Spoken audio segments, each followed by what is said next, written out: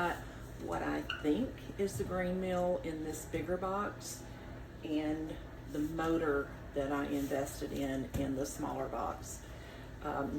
Even though this one's taller, this one's a little shorter and wider, they weigh about the same thing, about 40 pounds each. This, what I think is the motor, weighs 38 pounds, and what I think is the mill weighs 39 pounds. And if you want to stick with me, this is my first video ever to do something like this. And my hope is that it helps someone else in making their decision in purchasing this particular mill. Before I get started, I want to give a huge shout out to Benjamin at Benjamin Drew. Let me look at my notes. At Benjamin Drew 9232 on YouTube. He has some good videos out there about the GrainMaker grain mill that were most helpful to me. And not only that, he was very responsive and with all of my questions. He took the time to even make a special video at my request showing the motor on the mill. And so thanks, Benjamin. You were really my inspiration for going ahead and getting this mill and the motor. I appreciate it. Here we go.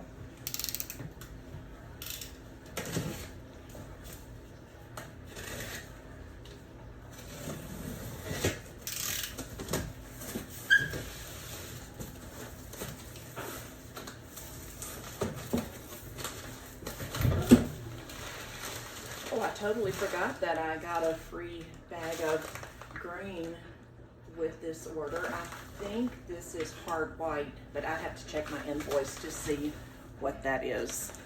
It's like, looking at it, I'm thinking hard white. I'm not an expert, so that's my guess.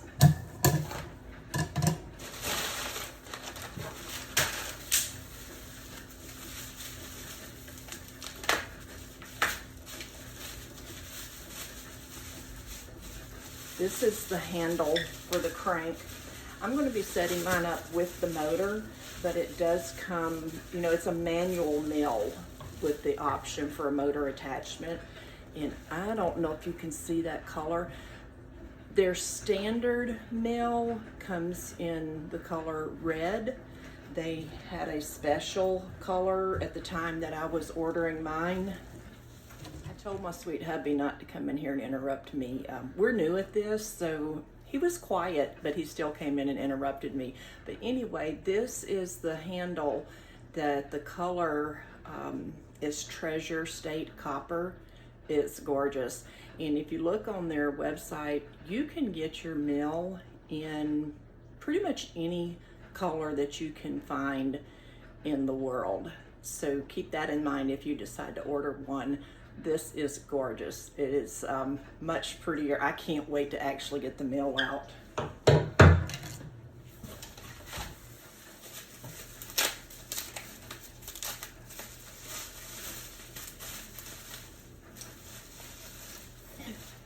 This is a, I'm not sure exactly the name of it, but it fits down in the hopper and it kind of keeps, I think it keeps everything from going in.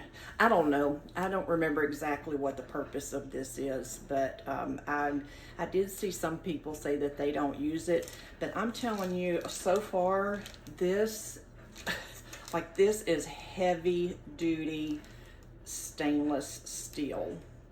This is beautiful.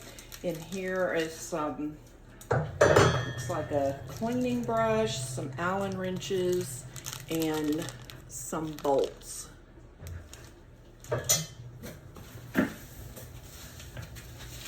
And I opted to get a lid to go on my hopper, although we don't have any issue with bugs or rodents or anything like that. I went ahead and opted for the lid to cover the hopper, and I got, although my cabinets are oak, I decided to get the hickory. I'm gonna have to get that oiled up. That's beautiful. That is just beautiful. It's about 8 by 8 inches roughly. I'm a quilter, so I'm usually pretty good at judging the size of things. So it might be a little bit wider than it is tall. Here is the manual, model number 99 owner's manual. I guess it's my personal serial number, made in Montana, USA. That was another huge selling point for me. I try my best to support companies that small owned companies. So there's the manual. I have to set this stuff out of the way so I have room to get that mill out once I get to it. This is pretty sturdy cardboard. It's a box within this box that's packaged very well. If I don't knock my pictures off the wall over there.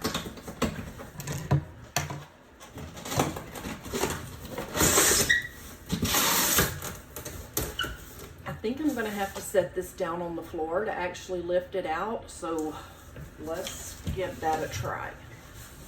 I did set it down on the floor. It's packed in this box within a box.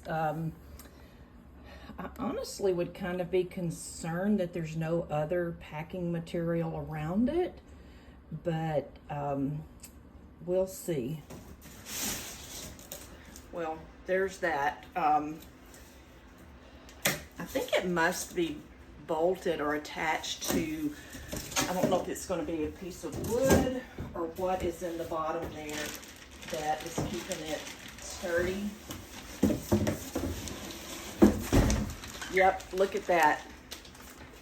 That's why there's no packing material around it, because it's bolted to a piece of wood, looks like particle board, and this thing is heavy.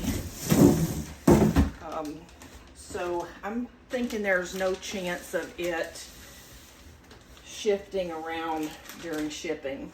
I'm impressed so far with the packing. It's got a zip tie here, or this heavy duty plastic bag.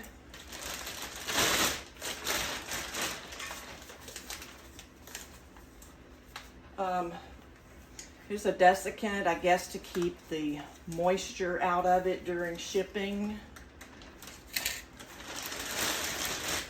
Would you look at that beautiful thing?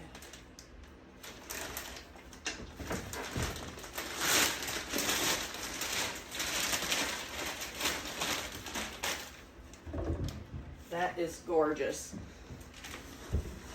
And if you look here, they've got rubber bands keeping everything in place here. That's fabulous. I'm going to give you a closer look here just a second.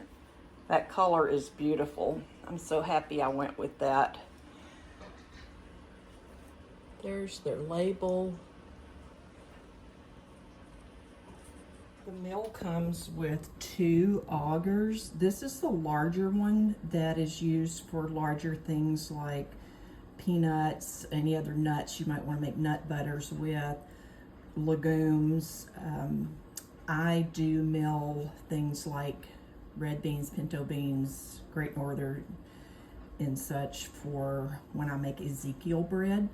And one of the selling features for this mill for me was how easily the augers are interchangeable, and I'll show you that. I haven't put my hands on this thing yet, so you know, it might take a little bit of experimentation, but you can see there's the fine setting and the coarse setting. Of loosen it up and it's going to be more coarse, and tighten it and it's going to be more fine. Let's give it a try to see how easily this loosens up. Oh, look at that. That's awesome. I'm guessing I need 2 hands to get it off completely. Let's give that a try and see how easily it comes off. Look at that. This is beautiful, and I'm telling you, this is durable. Look at that. That is just that easy. There's the smaller auger for the grains and lentils and small things like that. Rice, if you wanted to do rice. And it might be kind of hard to see here, but there's a safety pin here. Let's see if we can get that out. I'm telling you, this thing is built amazingly well. Okay, that wasn't too bad. And so here's the big, that thing is solid stainless steel. That is fabulous. And I'm not going to put this in because I'm not sure which way it goes in. I haven't read the instructions yet, but there is the large auger, and we're going to just put that right back on there. I think, let's see. Oh, it goes that way. Put that pin back in. This is great.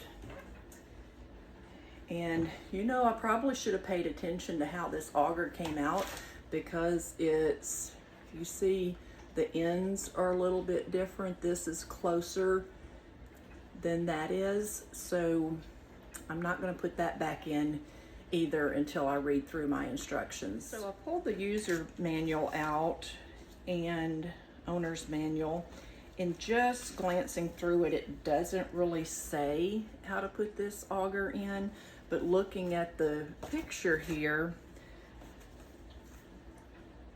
this is the card for registration for heirloom guarantee registration card. Basically, this mill is guaranteed forever.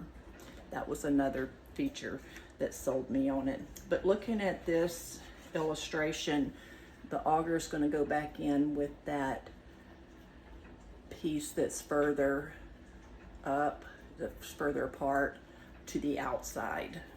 I'm going to get this back in there and just see how easy that is. Put this, look how beautiful that is, these steel burrs. That was probably the #1 reason I even started looking at this mill, was the stainless steel burrs. And so those obviously go together, facing each other. And then this adjustment piece goes back on there.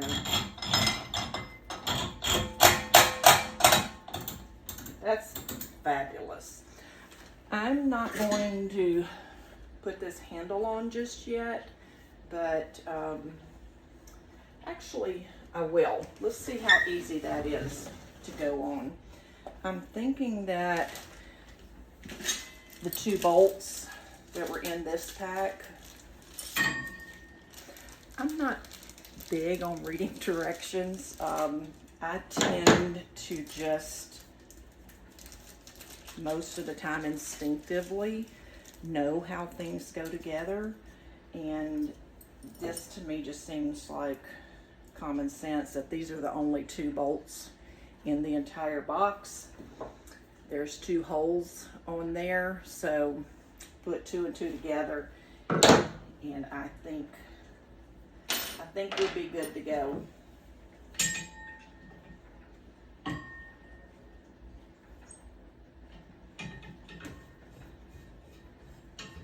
Just get those started with a finger tightening. And as much as this thing costs, I probably ought to be reading the manual, but I'm not. So that's on me. Stick the Allen wrench in there and tighten that. That was easy peasy. So let's just give it a crank if I've got room. I'm going to loosen this up a little bit. Oops. So I guess we'll have to have it. You know what? If I were to use the hand crank, it would have to come off of this board because it's catching there. But it would need to be mounted or clamped right to the edge of this cabinet. So here is the piece. Let's get the owner's manual out and I can tell you what that is actually called. It's called a hopper safety guard. So I guess it's to keep your fingers out of it. And you know, if you have little ones around that are helping you, I could see where that would definitely be a huge advantage to have that in place. So it just fits right down in here. Let's see which one goes that way. And then the lid fits on there. And there is a beautiful piece of equipment. Very, very pleased so far, and I haven't even used it. One last thing about the mill before I start unboxing the motor is that this wheel is manufactured to accommodate a belt. And some people put their own motors on these and they would utilize this flywheel for their belt. I really looked into that and there were just a lot of parameters about the size of the motor, the RPMs, if they needed to go slower than, anyway, it was just too much for me to want to try to figure all of that out and getting it mounted. But you can order the bicycle adapter and you could get some exercise while you're milling your grains. And I've heard of people putting mills on treadle sewing machines.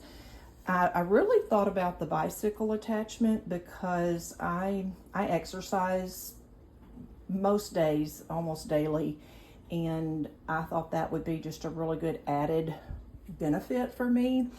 But in my research, it seemed that you didn't get as fine a mill on your grain with that particular setup. So I opted for the motor.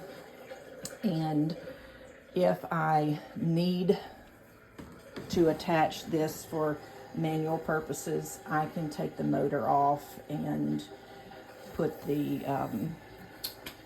flywheel and the handle back on